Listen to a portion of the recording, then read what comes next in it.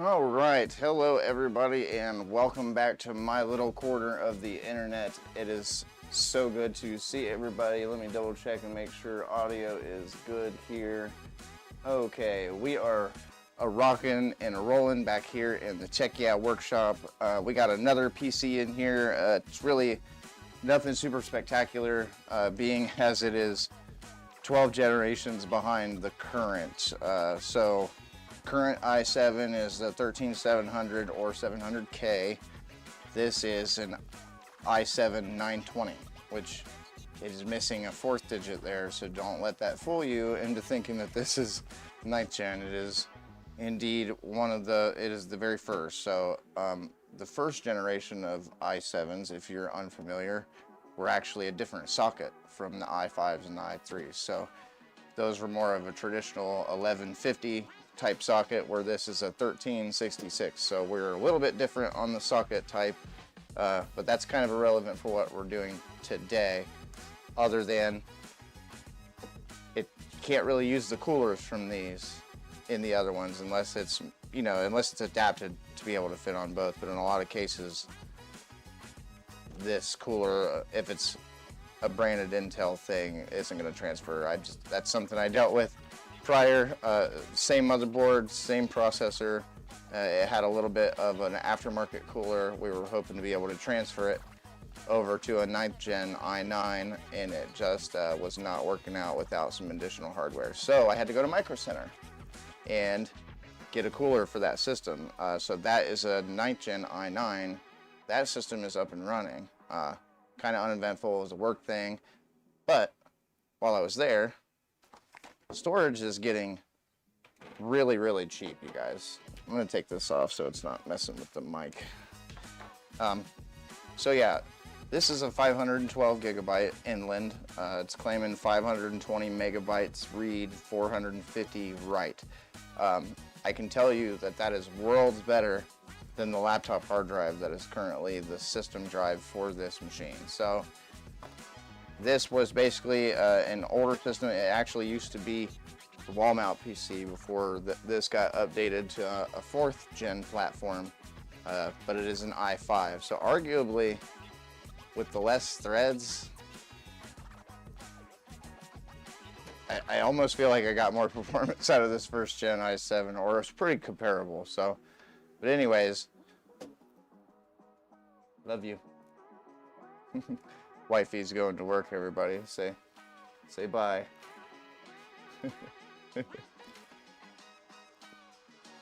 All right, so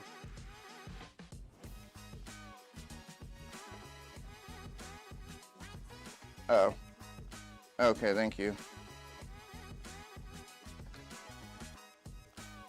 All right, so anyhow, as I was perusing through the Micro Center, I noticed storage is getting, I mean, the NVMe drives were even a few dollars cheaper and faster. So like even the budget one was like 22 bucks for a 512 gigabyte. You know, it's nothing to write, you know, home about, but still like 2.3 gigabytes a second, which for a Windows drive, I mean, unless you're really, really counting on that direct storage, man, but I feel like that's people who are like gamers as a profession. Like, if you're just like an everyday person making, you know, 30,000-40,000 a year, and you're just like playing video games every once in a while on your free time, or just to decompress at the end of a workday, I feel like you just want it to load. And some of these arbitrary, like, it loaded 10 seconds faster than the other method thing, I feel like that stuff only really is important to the people who care. So this is still worlds faster than what we're going to be dealing with this old laptop drive. So if we had to benchmark it, I'm sure it's like 100, maybe 100 megabytes a second on a good day, but it's a 5400 RPM drive in here. So it's an older platform. I do have an NVMe drive in here that I have in an adapter that looks a lot like this. Let's see if I can move over to the right shot here for you guys. PC cap, there we go. All right, let me get this stuff out the way here. Okay, so in here, this is, they come with a full size and a low profile bracket. Try to set these somewhere where you can see them. Okay, so we have those there. And then this little guy here, you just put your M.2 drive on there. And then it adapts it to PCIe 1X. So this worked out really great. When I upgraded the storage in my laptop, the laptop had a 512 gigabyte NVMe drive in there, but it's kind of a slower one. It's about the same speed as a SATA drive because I don't believe it has a cache. It's also a 2230 drive.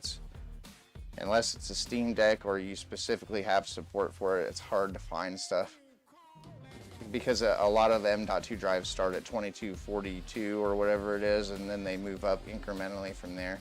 So Steam Decks and some other laptops use 2230, which is by 30 mil, so it's even shorter, it's even stubbier. So I bought an adapter that can adapt it for other computers. But before I did that, I tried to stick it in here, and it does get recognized. Oh, yeah, forgot what camera I'm on. So there's that. So that adapts it basically. It takes it from a 2230 all the way up to a 2280. And this thing is great, but you have to have a PC that also, supports booting from an NVMe drive, which this computer is not. So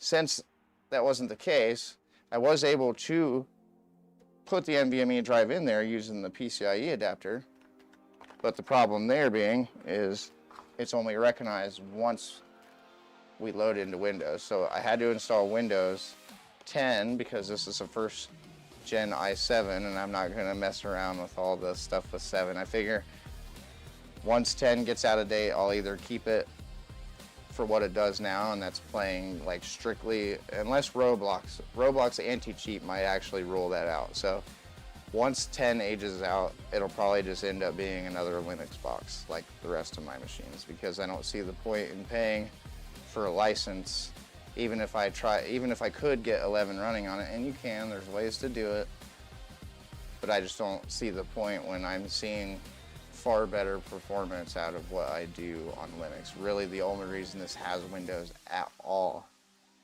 is because of Roblox. I've managed to run so many games under Linux, and sometimes with better performance than I would get on some of my Windows machines. It really depends on what game and how old the game is. But I don't really see the point anymore, you know what I mean? Like, if I'm seeing better performance, but Roblox, man, their anti-cheat is just on another level. I guess it used to be, you used to be able to do it through Wine. It's not like Roblox is a demanding game, hardware-wise, but for reasons which the developers can't clearly explain, you can't do anything on, you probably can, there's hacky workarounds, you can probably still do it through a virtual machine.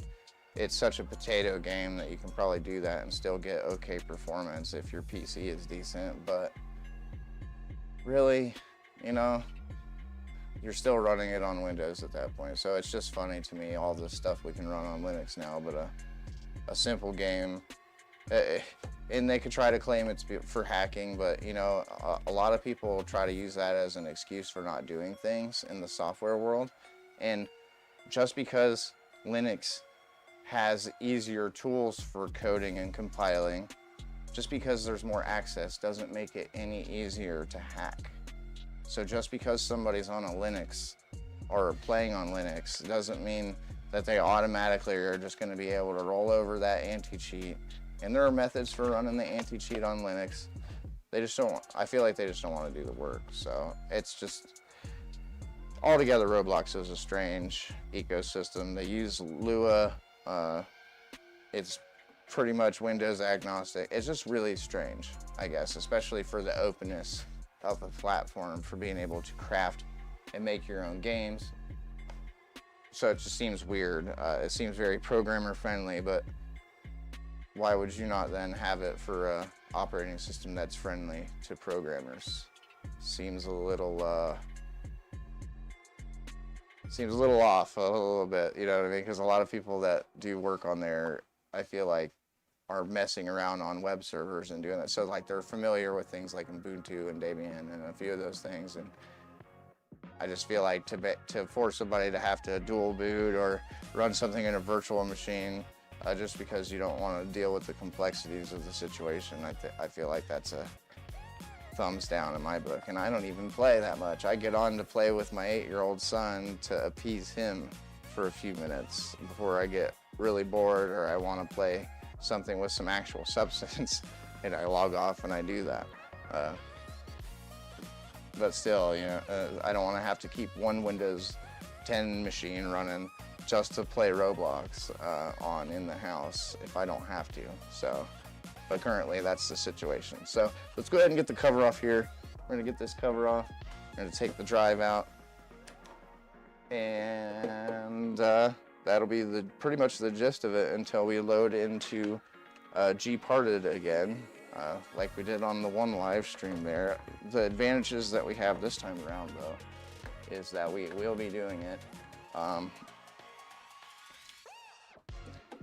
from SATA to SATA, so there should be no misunderstandings between the command and the drive. So we should get the full speed of at least the spinning drive while we copy everything over here. So this old iBuyPower case, I've kind of taken the side fan out and other things. As much as I like those fans, sometimes fan placements, I feel like, especially these cases that were made 10, 15 years ago, when they first started trying to actually care about the aesthetics and, you know, airflow and that sort of thing, they didn't really think about you having to run and manage and cable manage that wire from the fan, because it's so inconveniently placed cable management wise. I just don't understand. So let's go ahead and look down in here. I keep forgetting that that's the PC capture. That's for here in a minute. So anyhow, we can see down in here, I don't even have this mounted.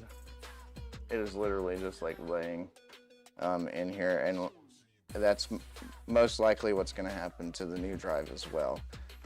This system isn't exactly current, you know what I mean? And it's going to be sitting in one spot.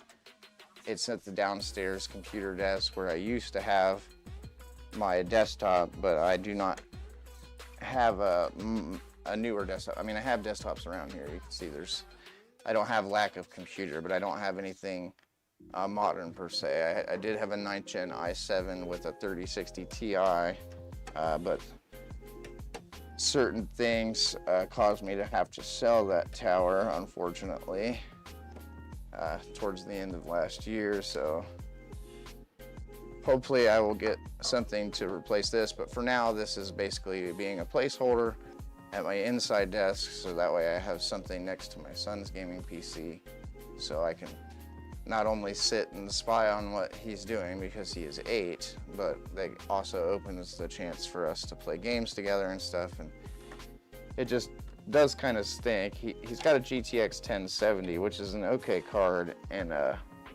Ryzen 5 2600X. It's not, you know, not bad specs by any means for an 8-year-old. It plays everything that he wants it to play, but there's some things that I'm not sure I'll be able to also play with him. Now, it's not like I've tested that hypothesis, though. Come on.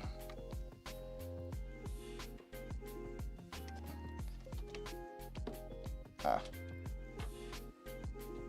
makes sense.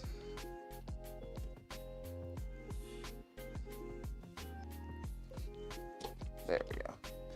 All right, so we have an AMD RX 570 8GB. This card gets pretty warm. It doesn't like overheat or anything, but it pretty much stays at like a constant 60, 70 degrees when it's being used. It's warm enough to notice it. So I completely took down all the components. This one was pulled out of a buddy of mine's computer.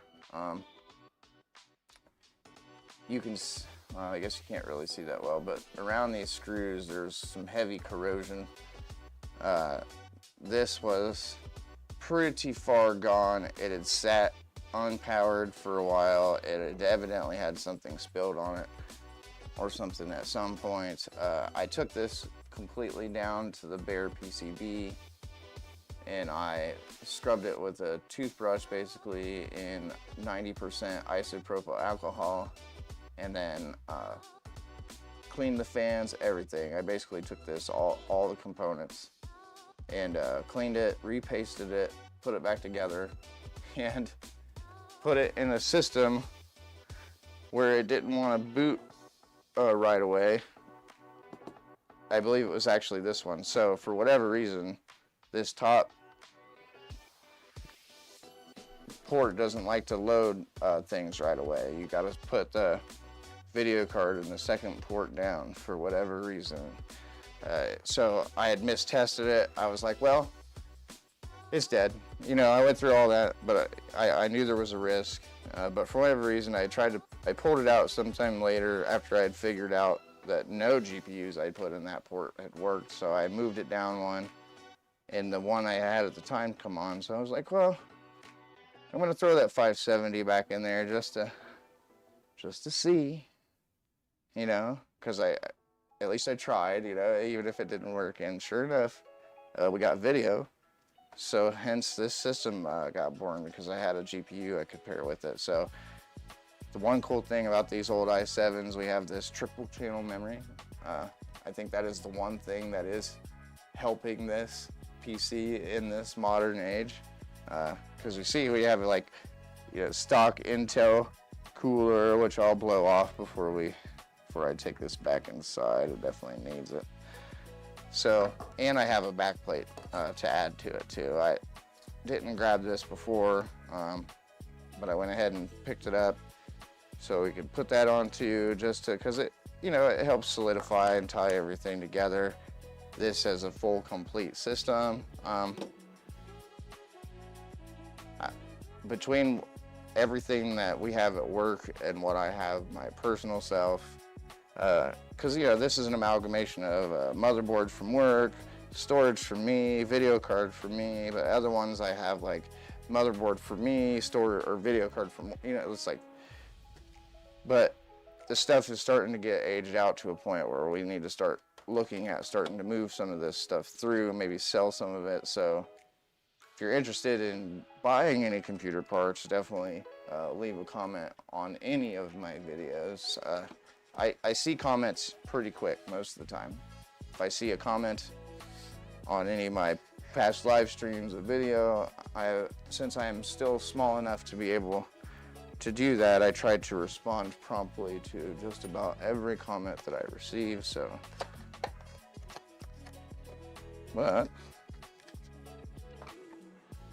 while we have it here on its side and out in the workshop, we're gonna go ahead and put that back plate on. Just kind of shore everything up here a little bit. I really didn't think I would be using this system as much as I am. It doesn't stay powered on all the time, much like the stream server we were all watching this video on right now. It's pretty much a computer that gets turned on when I need to live stream to YouTube. So it has its job. It takes in the inputs from any of the computers I'm working on. The new Panasonic Lumix G9, which, shout out if you're enjoying the clarity of the video. This camera kicks booty. Y'all thought I was gonna say a bad word, didn't you? Well, I'm not gonna. But this camera is it is so good, I had to shut lights off. That is a first for me. Usually I have to have so many lights on out here, but if I have all these other lights on, I actually get really drowned out. So that is one thing I'm really liking about this camera. I already have enough light here, and it's doing a great job without having to put a light also on the camera. Everything is looking just really good. 60 FPS, 4K. It's really a good camera. So definitely be looking forward to some of the content we'll be putting out. I am looking to I've talked on prior streams about putting an arcade machine into a suitcase, and to move forward on that project, what I think I'm going to go ahead and do is get a 1650 for now to replace the GTX 1050 that I have on the motherboard, because I don't need it to be anything big. So, and I'm going to be inheriting a 1650 when I replace my daughter's graphics card. That's what I'm getting her for her birthday. So I'm going to move her up probably to the 3050 or even the 3060. They're cheap enough. I can find a good deal on one. So I'll put the 1650 into here, because this 1050 Ti, I think, is going to go into the i9 machine that I built yesterday. That way it has something, because it's going to be getting remoted into, so having an encoder, even if it is, you know, something not relatively current, having the encoder and the hardware acceleration, even for remote desktoping, will be a big help over the integrated Intel graphics. Although the integrated graphics has QuickSync, and it's still a 9th gen i9. It's you know, it's not current, but it's still an 8-core 16-thread CPU. It's still going to handle it. So, anyways. So the first thing you want to do, if you're going to do this to any computer, if you're going to open a Dell or an HP or a Lenovo or any of those, just know it's not going to look anything like this. It's going to look similar, but most likely you'll only have a few power wires, and your hard drive, you're probably only going to have space for one. Sometimes they'll have a cage where you can add additional things, but usually, especially with some of the newer ones, you'll have like one slim CD-ROM drive, sometimes even mounted to the side. So sometimes there's like 2 screws you have to remove and a thing you have to press, and it like comes up or it pulls out, or and the SSD will be under there somewhere. And then some of them, even because they have NVMe drives, aren't even putting a place. Now a lot of them do, it's not a lot, but there are a few out there that don't even have anywhere to mount a 2.5 inch SSD anymore. And that's because they want you to come to them for a storage upgrade, or they just figure that people are moving away from it in the home desktop. And yeah, this is a considerable amount slower. You know, they all pretty much top out at 500 megabytes a second, but half a gig a second is still going to be worlds better than any spinning rust. And there's a lot of spinning rust out there that can be saved from the landfill by adding this.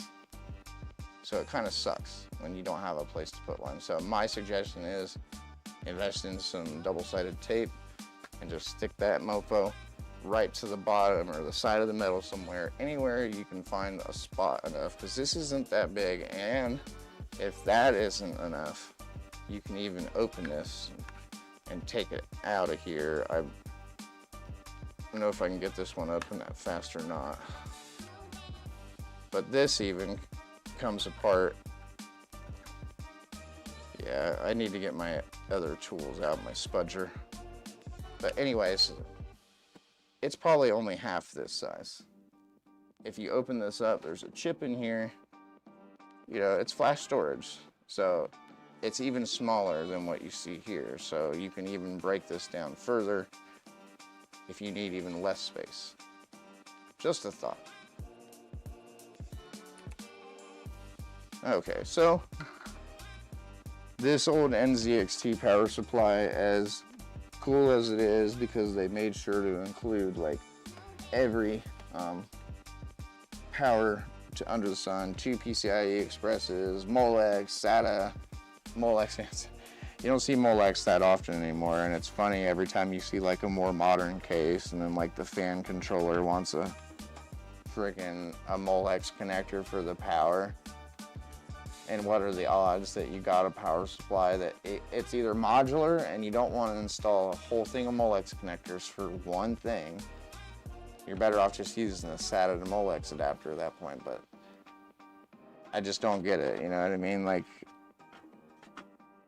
the SATA power connectors aren't like inherently more expensive or anything. It just shows you how long some of these companies have had some of this stuff in stock, and either hasn't sold, or they just didn't move to market when it was the right time. And that's the great thing about ATX, is they know the motherboards and stuff are gonna fit, but it's still aggravating when you're like, ugh, how am I gonna power this one thing?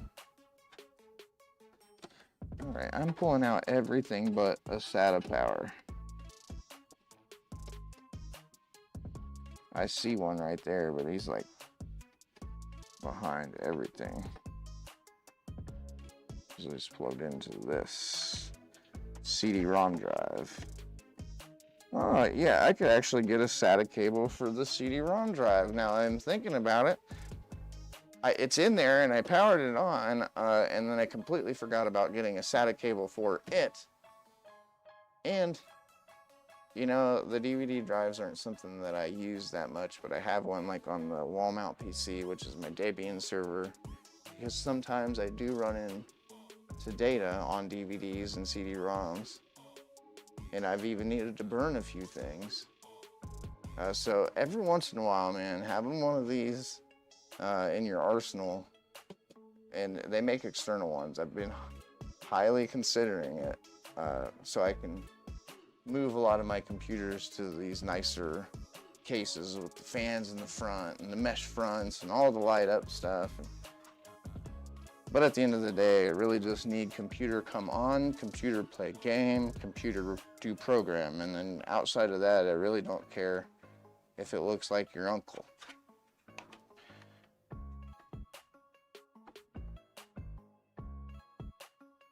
All right, so we get our SATA power here.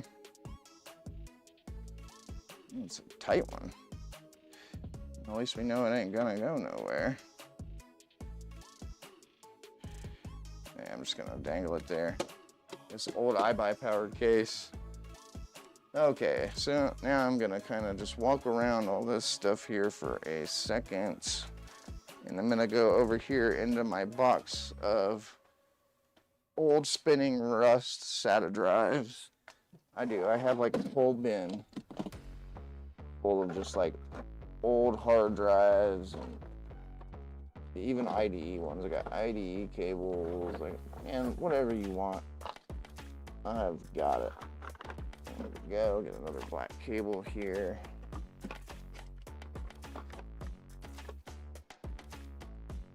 Why a black cable? Because the rest of them are black, that's why.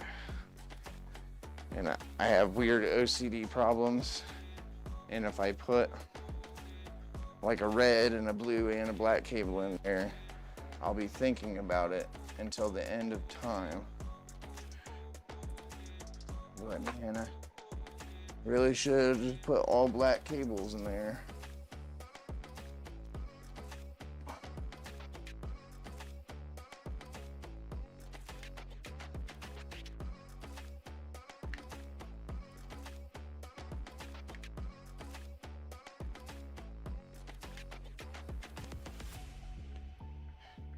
All right, it's a nice 90-degree angled one here.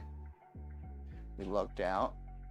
I don't know if you guys can really see that or not. Oh yeah, you can kind of see it there. See, it's got this 90-degree bend here. That's gonna come in handy, especially with the location of this CD-ROM drive here.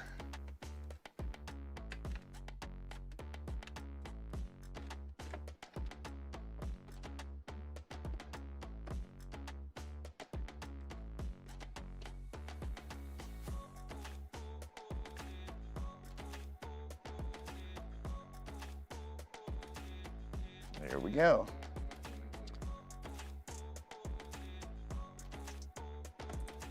Now, before I bother putting the back plate or any of that stuff on, I really just want to get into gparted so we can start this file, this DD copy, and see what kind of speeds we're going to be dealing with.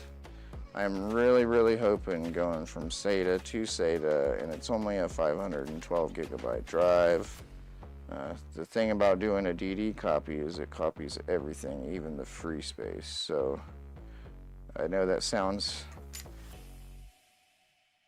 probably weird that it would be copying free space, but once something is formatted to a file system, that is kind of the case there. So now we could download IOMI backup or similar software and run it under the Windows client, and you know, do it that way. We could do it that way, but the problem that I have with that way personally is the battery of advertisements.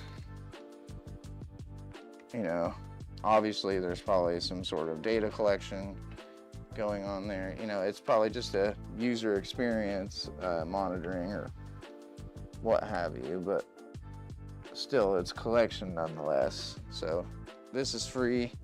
It's not even plugged into the internet. So I will deal. Ooh. Uh-oh. I lost a video. Hold on a second, people.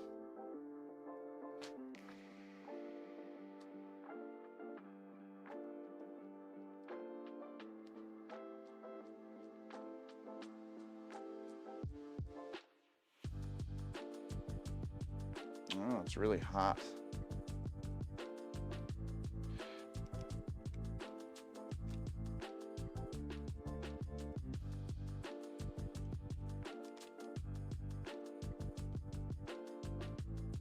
Huh. That was weird.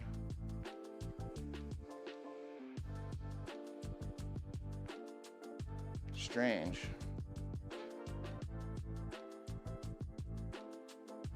So I almost wonder if there's some sort of limit on the HDMI port if you happen to like hit any of the buttons or anything on the camera.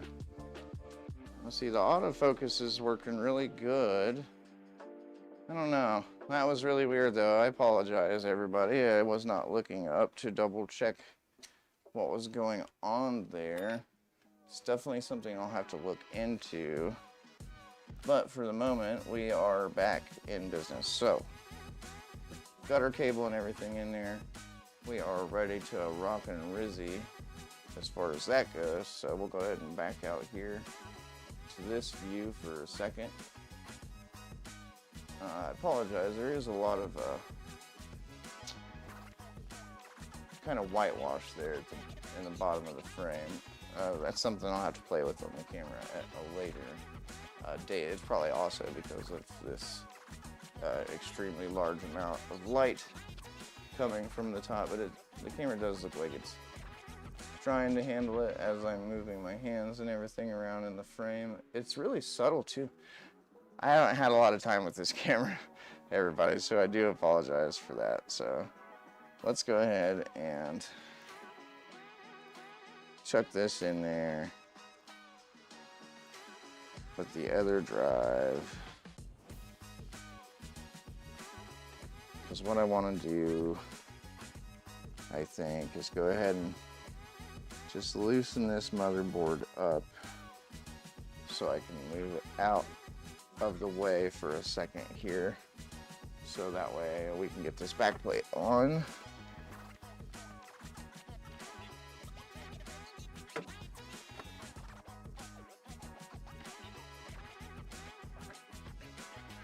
Okay, put that there, put this here. It's just a little guy. See how little it is?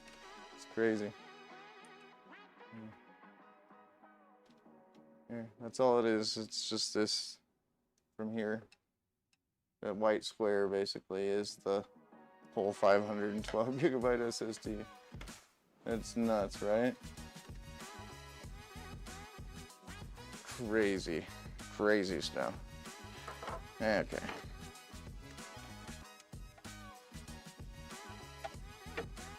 These screws.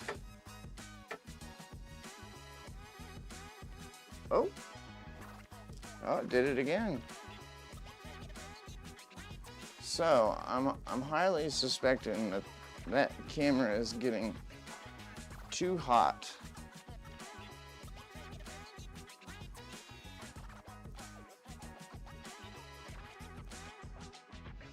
So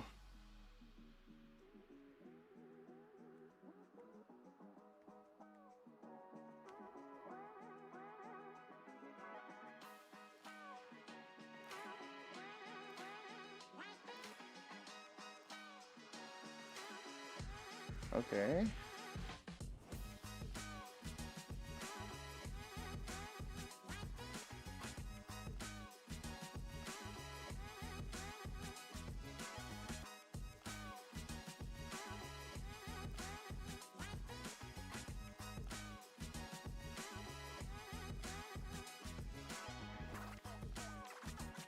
Huh.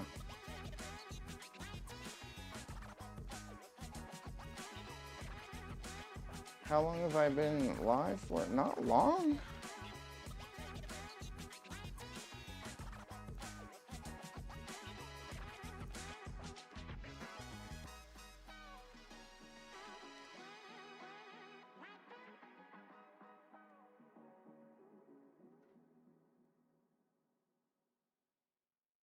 Weird. So, is it? Could be the capture card. I've ran that capture card quite a bit. I apologize, everybody. This is my first time live streaming with this camera. What I went ahead and did was turn it down to 30 FPS. You know, I've been streaming for 42 minutes, and my garage is kind of warm, but it's not that warm. But the camera isn't shutting off. See, like with the GoPro, when it overheats, it like tells you, hey, I'm overheating. But this one isn't doing any such thing, which is really strange. So maybe it's a setting that I'll have to play with somewhere. If it gets to be any more of an issue, what we'll have to do is just go ahead and switch this on over to our webcam. So as much as I really like this, I think I might just end up using it for pre-recorded content.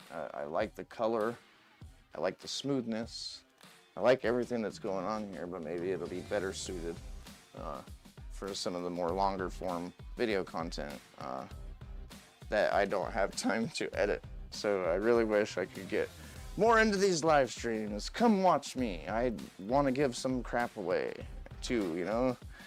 I am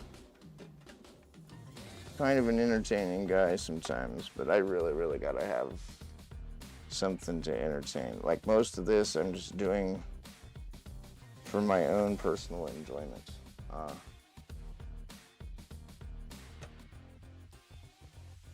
Thank you. I'm trying, man. It's not exactly cool in here in the garage, but for lack of better space to perform operations like this, I keep saying I'm gonna get an air conditioner for out here, but the thing about air conditioners, even though they're cheaper than graphics cards, is they're still pretty expensive, and I need one that's robust enough to deal with this crap. So I need like a 10,000 BTU or better, and it needs to be a floor model one, so I can cut a hole in the wall, which I'm sure my landlord will love. So it's easier for me to just do this, try to get it done, and then get this PC back in the house. The server runs out here, but it's wall mounted, and it has kind of a beefy cooler on it. I don't know if you can really see that well. It's behind me there on the wall. So it's a 4th Gen i5, so even though it gets warm out here, it's not like so warm where it's shutting down. I'm not gaming on it. I'm just running a private WoW server and a web server and a remote desktop server, so I can remote into the GUI instead of just using SSH into the terminal all the time.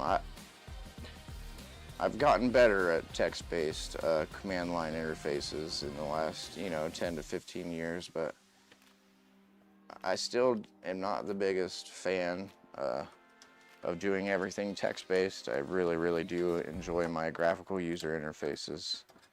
So I like having a setup like that where I can remote log in and deal with everything in the GUI environment if able. So that's what I do.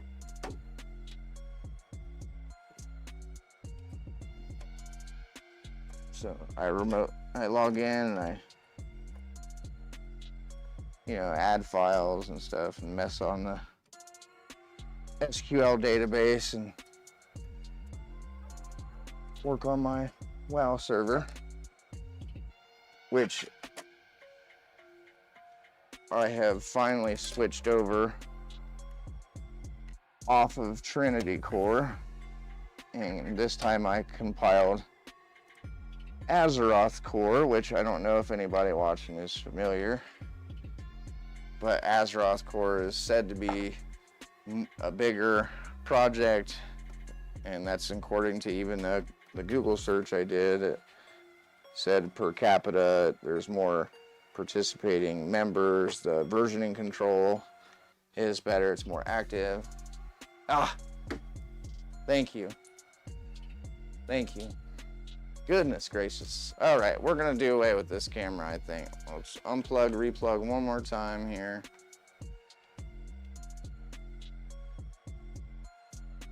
I wonder what's causing that. That is just the strangest thing, man. I got manual focus mode. Okay. It's like maybe autofocus is killing us a little bit. I'm trying to. Oh yeah. What is that though? See, there's so many controls on this thing, man. I don't even know.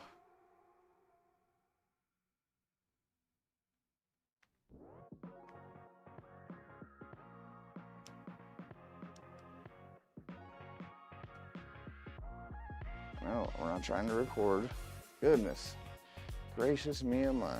Okay, I'm trying to see if there's any like setting, but there's a gazillion settings on this thing. So I think what we're gonna do is we're just gonna switch over to the tried and true, good old Smart E990 webcam, because it might not have zoom and autofocus and all of that fanciness, but it runs 60 FPS and is actually pretty decent for being a webcam. So it's only 1080, so we can't do anything like 4K, but we're not getting 4K out of this thing anyways. Aggravating, to say the least. I'm aggravated. Yep, there it is. It says it's getting too hot. I see it now. So what's even the point of having this then if it just... Bear with me, everybody. I apologize here for this.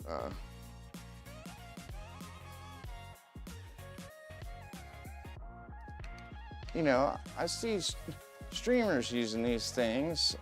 It's just a Panasonic camera. I've seen them all over the place. My GoPro does this shit too, and I don't have the settings turned up. I'm not doing 4K. I'm not doing 60 FPS. I just literally have the camera on. That is it. That is the only thing. The camera is turned on. Okay. I'm gonna kind of take the camera off here for a second. Bear with me, everybody. Sorry for the shakiness going on here. Okay, we're gonna switch over to this shot here, and then we're just gonna take that out of the shot for a second. thank you, Zemon, for letting me know. I really appreciate the hand there, because I probably would have talked for 20 minutes, 30 minutes.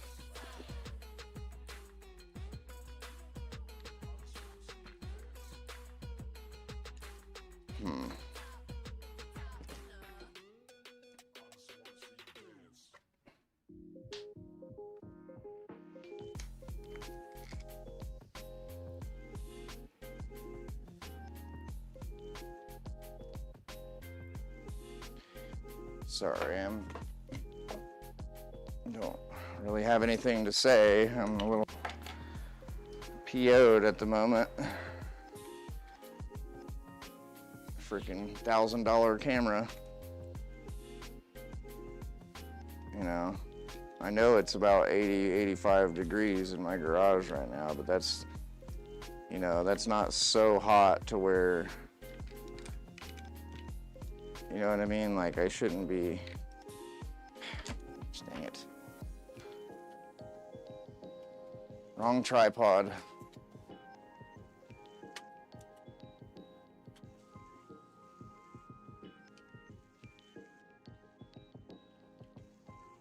Okay.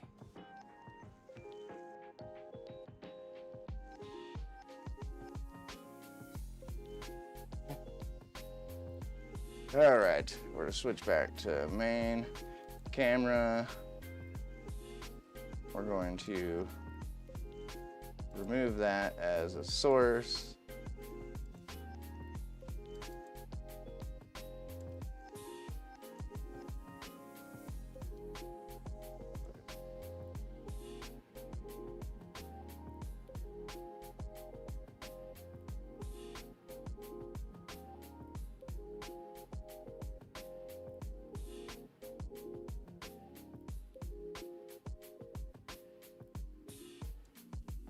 Such is life.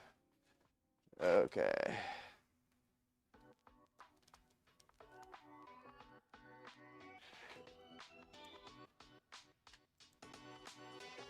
There we go. Okay, everybody, we are back. Noticeably more terrible picture, but it is a picture that will not fail on us because it doesn't overheat, it doesn't complain. It is literally just a webcam that we plug in to the USB port and it does its job. So apologies for that. Thank you again for letting me know. It was kind of a trial run anyhow, because I was able to stream with it briefly yesterday, so I kind of figured, you know, or not yesterday, the day before yesterday, but it was kind of a, let's see how this goes, and now I have my answer. Definitely gonna have to play around with the camera a little more. I had it plugged into wall power even, so like it's not dead batteries or anything. I have one of those things where you plug it in to the battery bay and it plugs into the wall. So it'll take some tweaking to figure out exactly what you do to mitigate that, other than being in like an air-conditioned 65-degree room, which is not gonna happen. I know people record with those, so maybe it was even just having to output it over the HDMI port. I'm racking my brain here, but we're trying to do SSD stuff. I'm an hour in almost. This happens every stream. I want to do one thing and then I run into some issue, or, you know, I spend Monday through Friday working for a company that does 3D mobile mapping, and I take care of a lot of stuff there. So I'm not usually thinking about this kind of stuff, because for me to, you know, prepare a script or have a solid idea in place, I would have to work on that probably while I was at work, because by the time I get home, I have home responsibilities to take care of. So hence the weekend live streams. That's why, if you wondered why it seems so disorganized, it is because I 100% am probably the most disorganized person.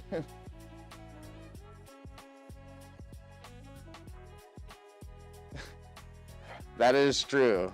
it definitely, it's always like when you want it to work the most. So you have the same sort of luck that I do. That is unfortunate. Condolences.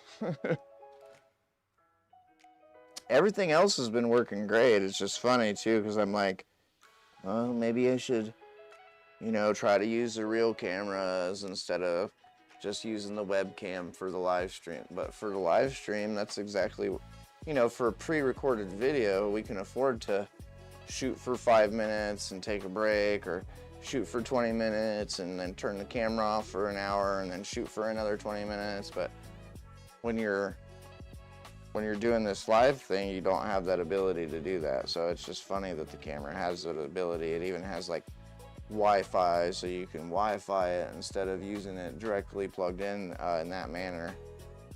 But it's just silly, you know, that it couldn't even make it a whole hour. And this little webcam thing here, I mean, we could literally turn the stream on, and I could live in this garage for 24 hours, and this thing is never gonna like overheat and shut off on me.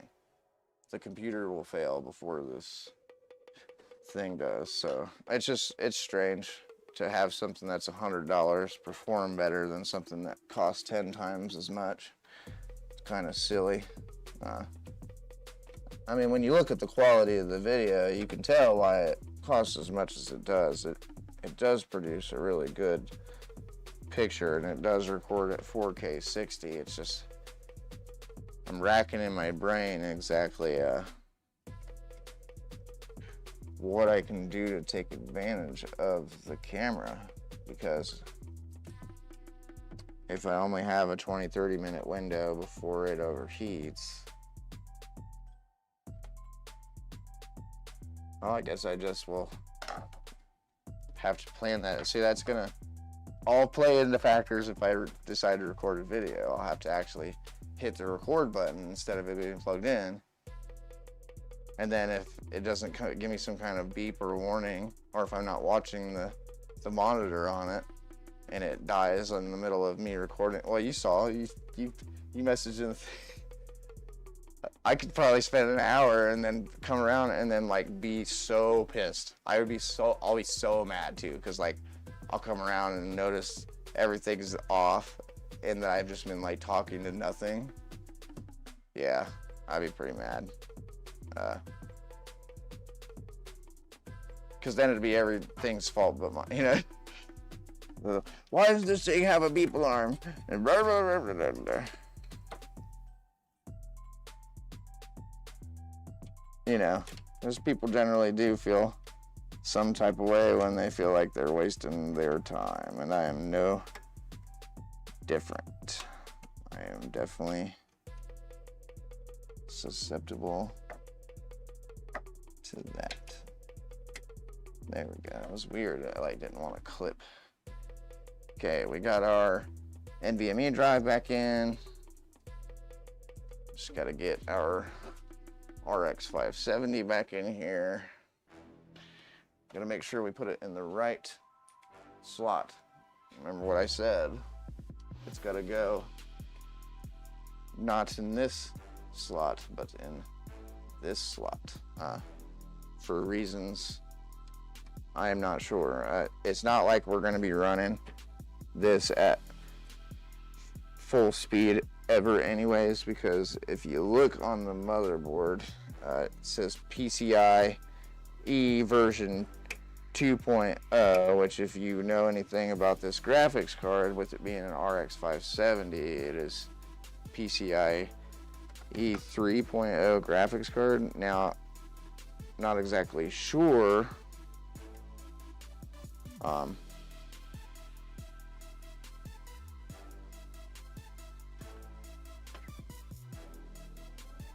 think that's right. It goes on this side. Yep. There we go. So, I mean, heck, I don't even know if the i7 920 or whatever, or this is 920. So I don't even know if it has 16 PCIe 2.0 lanes. you know, to tell you the truth. So, and if it doesn't have a full 16, if it's only 8 or, you know, is that enough lanes to supply this GPU? Now, I've been playing on this computer for a week or two now. I've had it plugged in there in my old office desk. And, you know, Roblox doesn't really have an FPS counter, so I couldn't tell you. I guess it does go on this side. I couldn't tell you what FPS Roblox is running at, but I would guess it's fast enough to look good on my 1080p 165 Hz gaming monitor.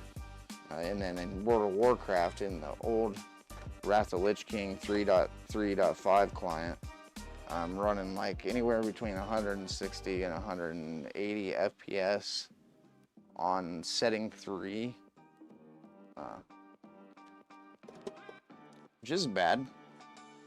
Getting some decent performance, almost 200 FPS out of this older i7 system is not bad. That's nothing to really snub our noses at or anything.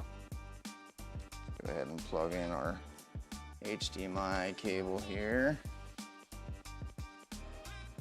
Get our power. To bring everything kind of around here this way, like this. All right. We got power, we got HDMI, we've got boot drive, and then we're just gonna borrow this mouse and keyboard here, just like this. Okay. Now, this is going to take me just a second here again, because we're going to have to make contingency.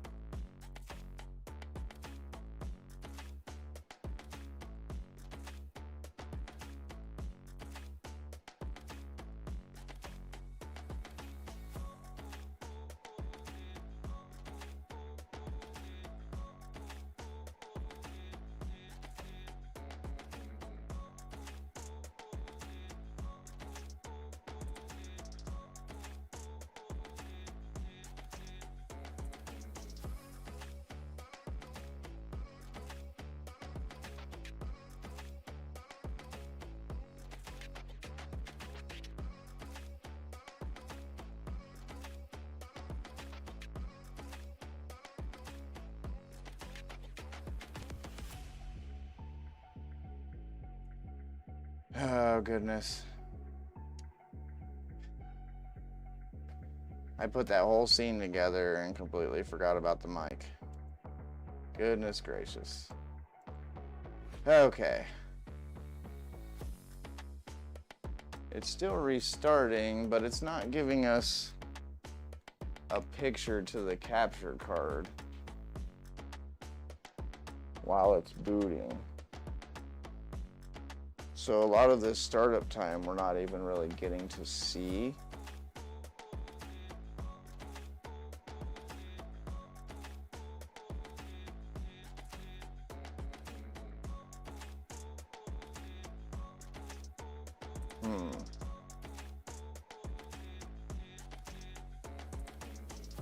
So that's interesting. So we're not able to actually get into the BIOS with this method, which really kind of sucks. But you see how long ago it was that we restarted the PC, and it's just now coming back up. So it's not exactly fast.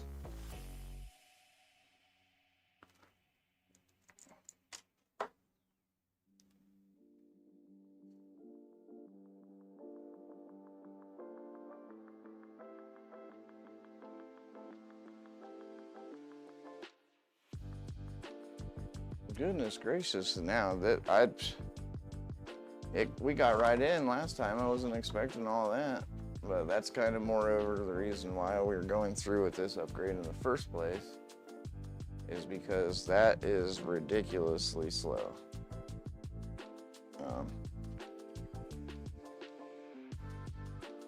We're gonna steal this cable here,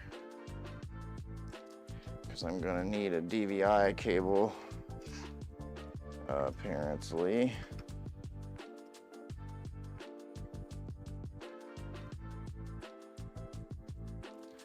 Okay, so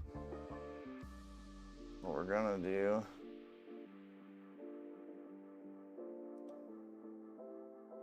shut it down.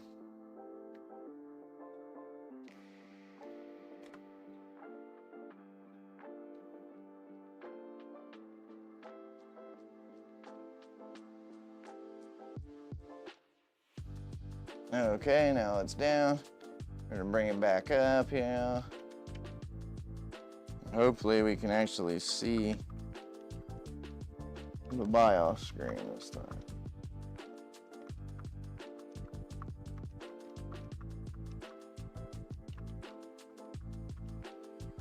No. Okay, there we go.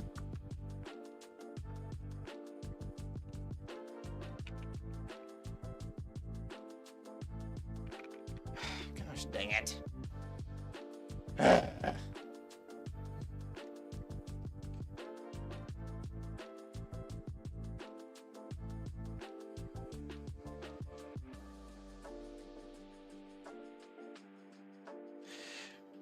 We're gonna have to force it. We even hit the delete key, but this motherboard is being a pain in the rear end. So what we want to do is hold down the shift button.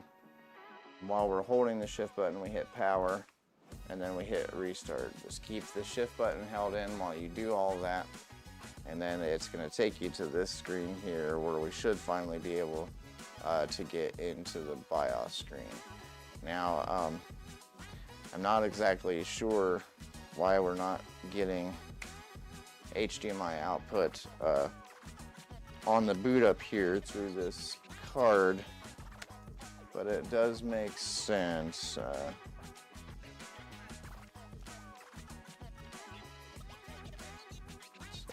we want to do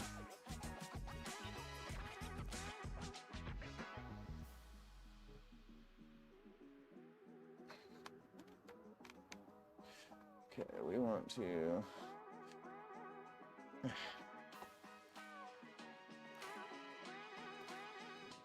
that advanced options, startup settings, no.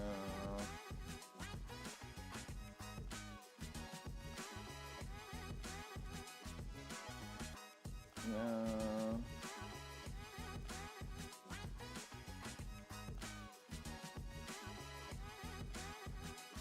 That's not it either. Gosh dang it. Where's the UEFI hardware settings? Gosh dang it. That option is always there. I know my head's in the way, but...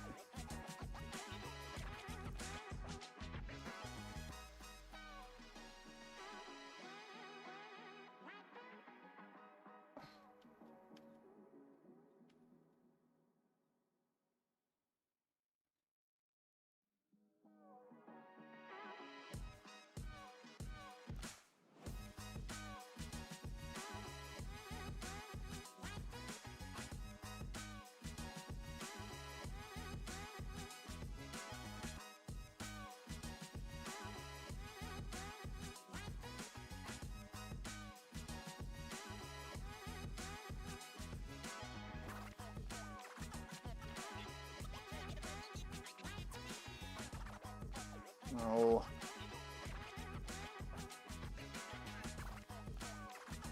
I apologize, everybody. This is really starting to get on my damn nerves here. It's all part of the process, man. But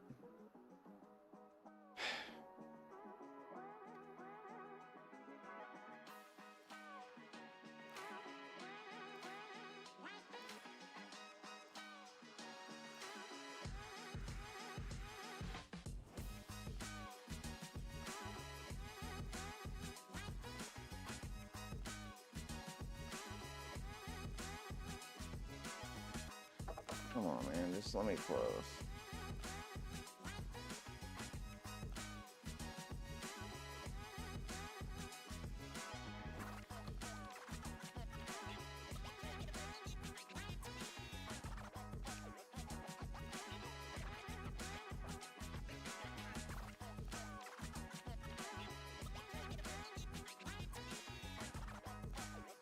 Okay, so I have the BIOS screen pulled up here, as we can see.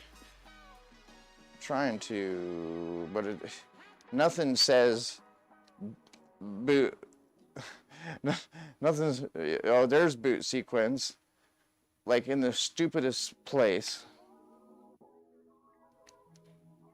Jeez.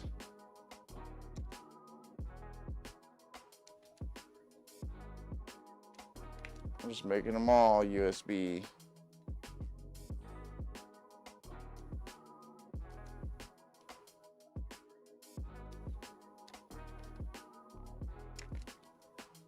There. Now please boot from the dang thing, you know?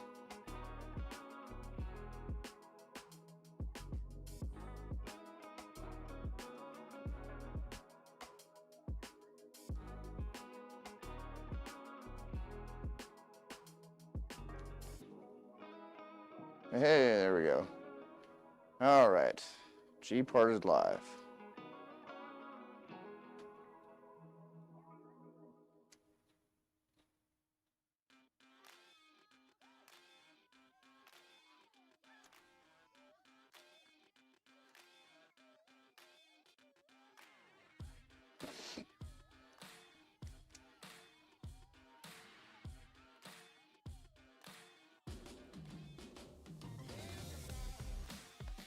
There we go. We are finally on our way. Switch over to PC cap here. See if we actually get some video of what's going on here.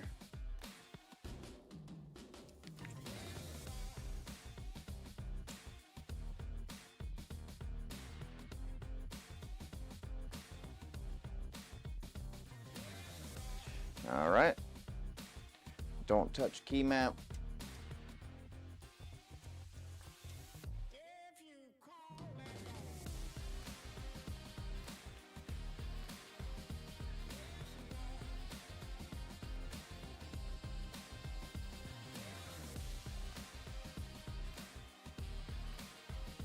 There we go. Now, go into my display settings here.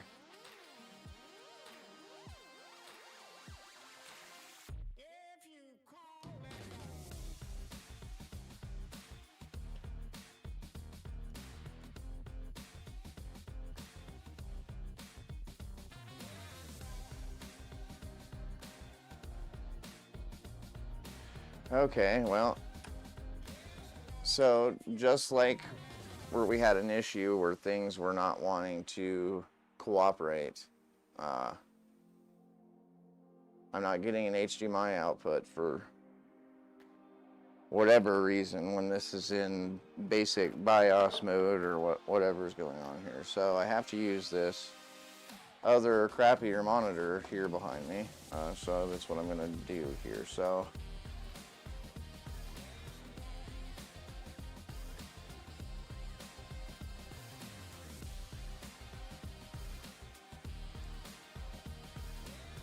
okay, so it looks like B is the current drive, A is the drive we want.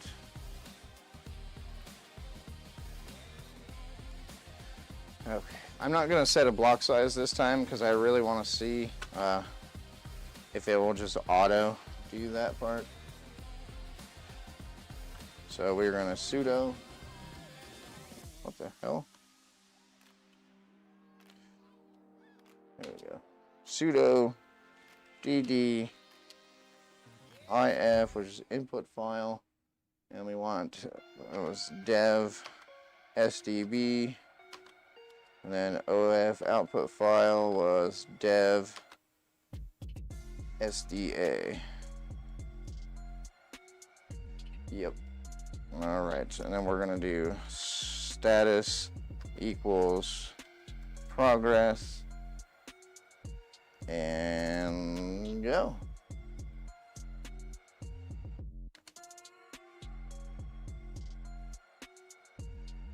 Ah,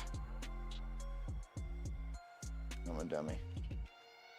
I put a space where there shouldn't be a space.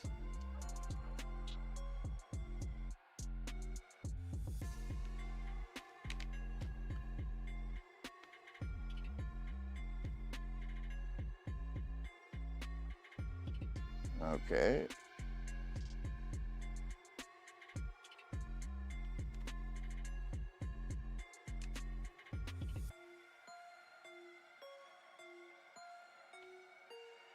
And 20 megabytes a second.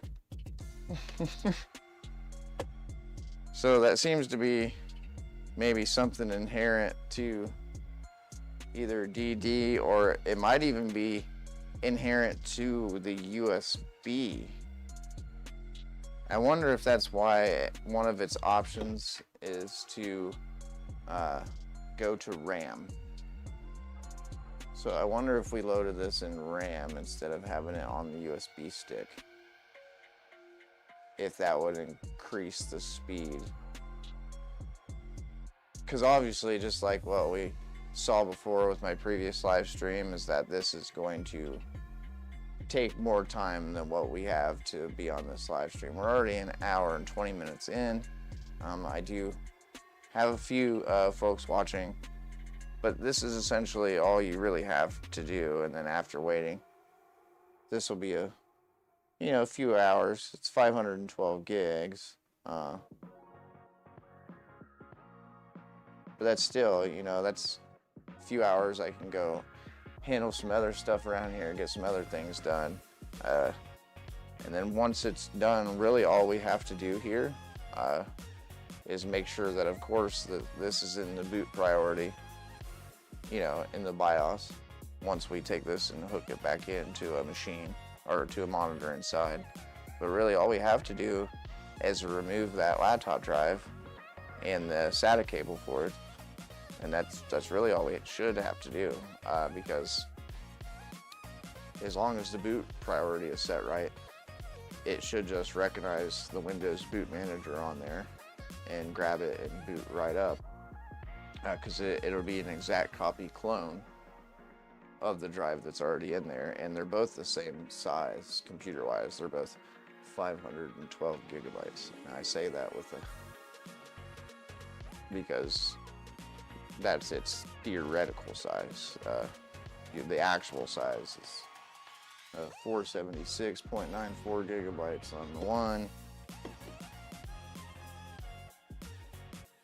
and 465.76 on the other.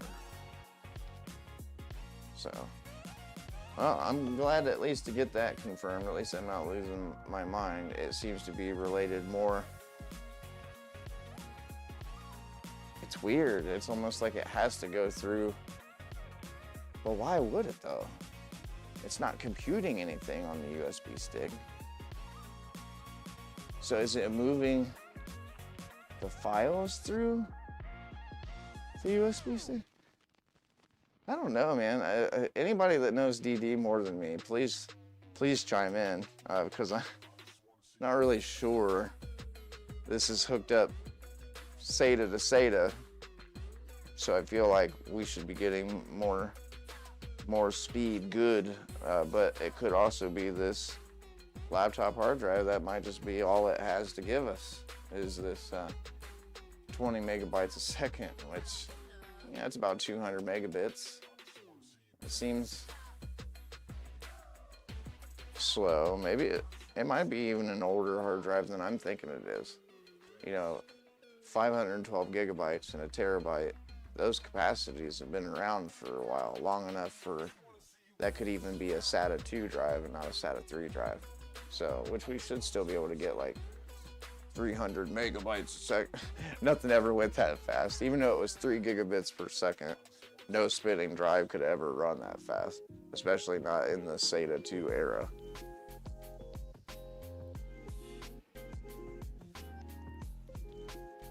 It was nice because that's what the link speed was, but nothing was fast enough to saturate it. Not then. Today's a far different story. But anyhow, we're pretty much stuck here. Yeah, we don't have any video output on that side for whatever reason. We definitely will once this is done, but this is going to be running for a few hours. So I'm going to have to kind of let it go and get around it here. Just going to have to let it run. I'm going to come over here for a second. We're going to turn you. There we go.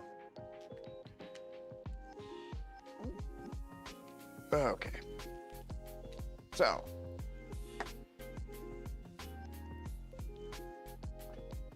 that's going to annoy the crap out of me. Just going to have to take it down for now. You see, I have 2 capture cards, but both USB, and they don't want to work on the same USB controller at the same time. So that's why I even had to do the weird stuff, playing around, turning the video off, turning the video on, because I had to deactivate the capture card to plug in this camera, but I wasn't going to use this camera. I was going to use the 2 capture cards in the, use the nice Lumix camera. But,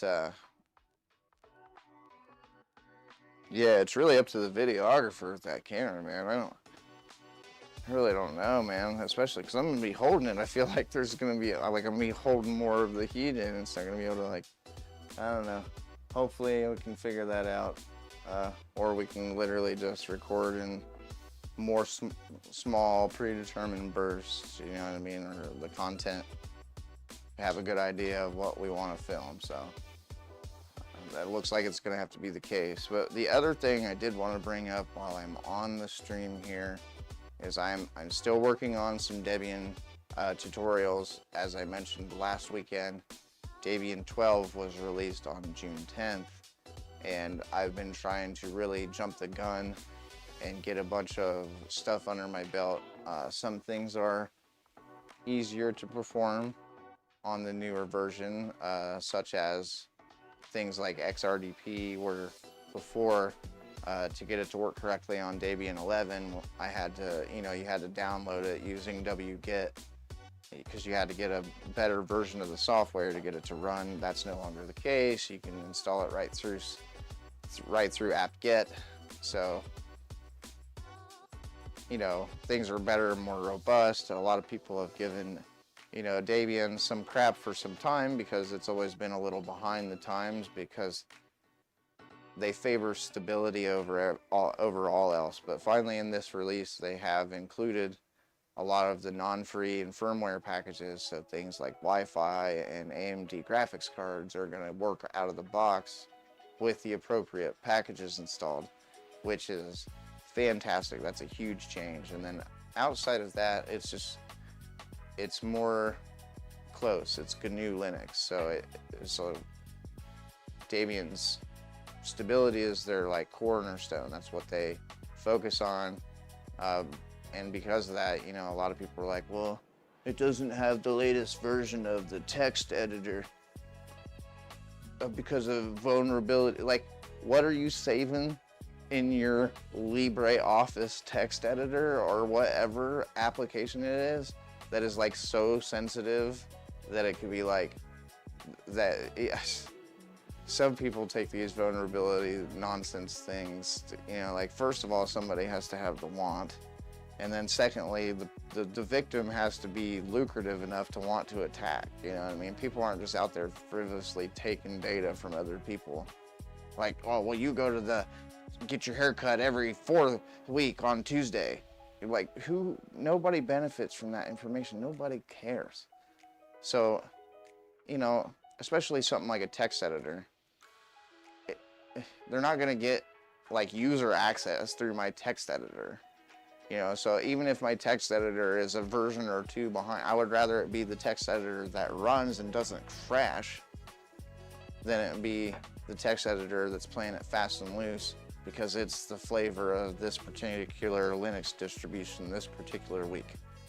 See what I'm saying? Like, there's an inherent problem with that when you can't really choose and just like solidify on a decision. So Debian they've focused and solidified, and they've made very careful decisions on what software packages they include, and it's just super good this time around, you guys. And I've even managed to get the NVIDIA GPU drivers running, and somehow I'm getting the Wrath of the Lich King client to run at 200 FPS on a GTX 1050 Ti using Vulkan, of course. But still, it's kind of silly that we can use Vulkan and get more performance out of a 1050 Ti than I can on my laptop with a 3060. I mentioned that in a prior live stream.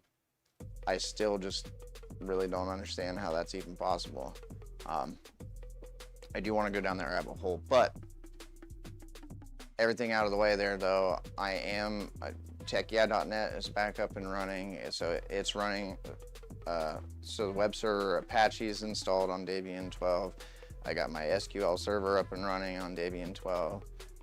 My WoW server is back and running, and I'm using Azeroth Core this time around. So for anybody unfamiliar, it's a more mature project with more people contributing to the code, and it's said to be able to house more players more stably.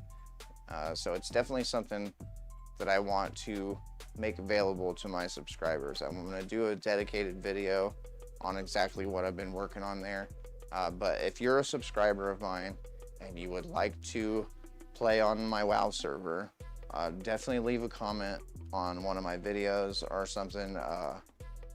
We'll get your email address and I can send you your credentials via email. It'll come in from the TechYeah email. I definitely want to try to get a community of enough people together that enjoyed Wrath of the Lich King World of Warcraft and try to make our private server its own unique chunk of the internet. I'm open to suggestions.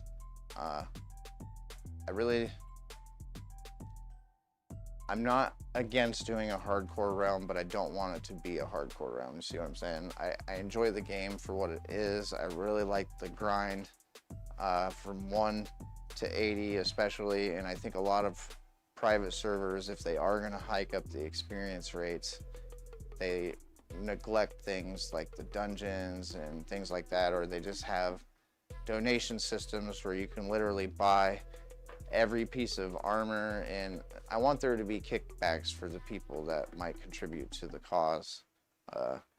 But I really want to try and make it just a place where you can come in, you can make a character and level through the process and then raid. I'd like to see all that with all without all the arbitrary other stuff. I mean, it's World of Warcraft, there's always going to be things, but one of the whole reasons I did this in the first place, I've been playing on a few private servers, and you come across a lot of people that either don't know how to play their class, which is really common, or they don't quite understand how the game works. I had literally a guy complaining that our DPS sucked when we were like wiping over and over and over and over and over and over and over and over and over again in like, it was like Razorfen Downs or one of those like longer, lower level dungeons. And, you know, everybody's like level 20, 25. And like, the warrior just barely got Thunderclap, but has no other good like AoE sustain, but he's trying to run in and grab the whole groups up. I'm a level 20 something mage, which, you know, which means I have to sit down and drink water in between every pull. And these guys are just, he just thinks you can, so he's like bitching that the DPS was low, and it was, you know what I mean? Like, and finally after the third or fourth wipe and having to run back, because not only do you have to run back to the dungeon, but then you have to run back to where you were in the dungeon. And I'm like level 20 something, and the experience rates on this server is like 7x. So I finally got fed up and I left. I think it was the second dungeon I did that. Just because there's been no focus on the low levels. So if you don't get your professions, even though the drop rates are increased too, it's only like certain drop rates. I'm like level 45 now, and I still have not had one single green drop, like a green piece of armor. With increased drop rates, I feel like those sorts of things should be a little more commonplace, if at the very least to help gear your players on your server.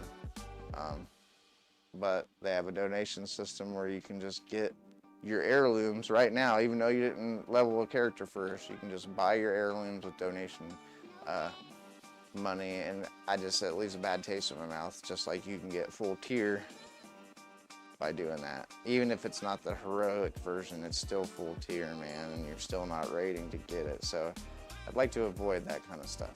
But if you're interested, definitely let people know. If you catch this live stream, I'm going to do a live video about it here probably in the next week or so. I have other footage I want to put out too, but this is a project I've been working on in the background. And for me personally, it's an effort to preserve a version of the game that I really like. And now that I have a better understanding of the source code of these server emulators, I might be able to contribute some of my own code, since it's a game that I've literally been playing for 19 years. So, that being said, like I said, if you're interested, leave a comment. I really would like to get more players onto the server. And then as soon as I have a registration page up and going, I will hopefully have that included in the video that I'm going to do on it. But in between that time, especially if maybe you're a person that feel like you'll have a lot of time to be on the server, if you might be interested in a game master position, definitely let me know, because those will end up being, you know, I want to offer those to people that watch my content. So if you're interested on that, or even if you're interested in how to compile a private server on Linux, because you can download a repack for Windows, but at the end of the day, if you're going to put any of this stuff into a production environment, you probably want to learn how to compile and run it on Linux, because running it through XAMPP on a Windows machine is not going to happen in a production environment. It just isn't. So as cool as that is, it's actually 10 times harder to set up. Like my full credit goes to the guys out there that are downloading Visual Studio and downloading all of these compilation tools like G++ and CLang and doing all that stuff, but going through the process of compiling it on and for Windows machines and then putting it into the repack. I think those are so easy for people to set up that they kind of don't understand the work that went into doing that. See, on Linux, it's a few commands, like even installing all the applications to compile the source code. There's a few commands, you know, it helps that you know what you're doing. But on Windows, you have to have Visual Studio installed, you have to have all the tools installed, and you have to, you know what I mean? Like there's all this stuff that you have to do. And then, so that's like in one case where I think the GUI actually kind of hurts you a little bit because you got a lot more going on. So, but at the end of the day, the compiled applications are pretty much the same. They will work the same, they run the same.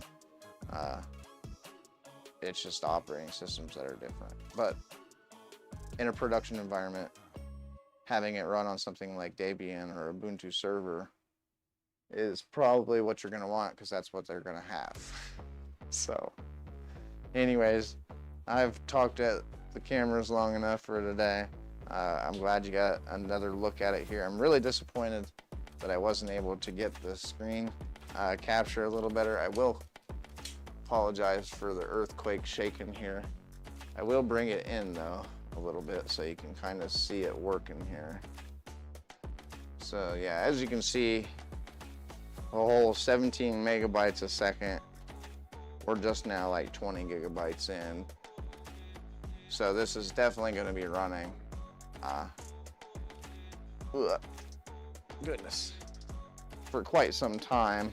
I really would like to get this. Goodness gracious, come on, just go in there. Geez, sorry about all the shaky. I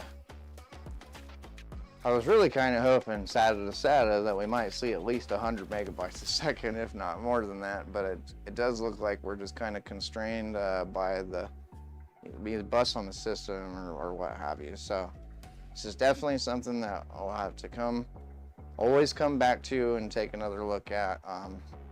You know, upgrading to a solid state drive has been done on YouTube, you know, quite heavily, so that's why I'm choosing to do a few other things like installing the computer into the Fiat.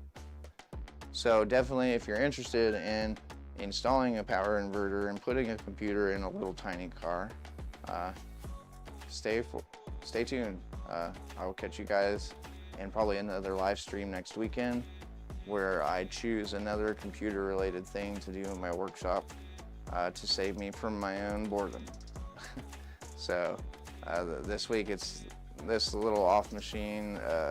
I've been getting the WoW server back. Man, it's just so much going on, man. I got stuff happening with Geo server, new camera. I just don't know where to start. I don't know what people want to see. So for now, I'm gonna finish working on my setting up the Debian web server and all that stuff, and setting up RDP for remote clients, because you could make a thin client server and all that kind of stuff. So there's really neat stuff that you can do. I already wrote it for Debian 11, so now I'm having to kind of backpedal a little bit and also do mentions for Debian 12. I will not be backtracking into Debian 10. I feel like you definitely shouldn't be running that at this point, not for production stuff. But 11 is still, 12 just came out, so I would consider 11 to still be mostly in production, but if your software has migrated to 12, definitely try to do that as well. And now I'm just talking to say stuff. Catch you in the next live stream. I gotta go. Tell me to shut up already. Y'all have a good night. Thank you so much for watching.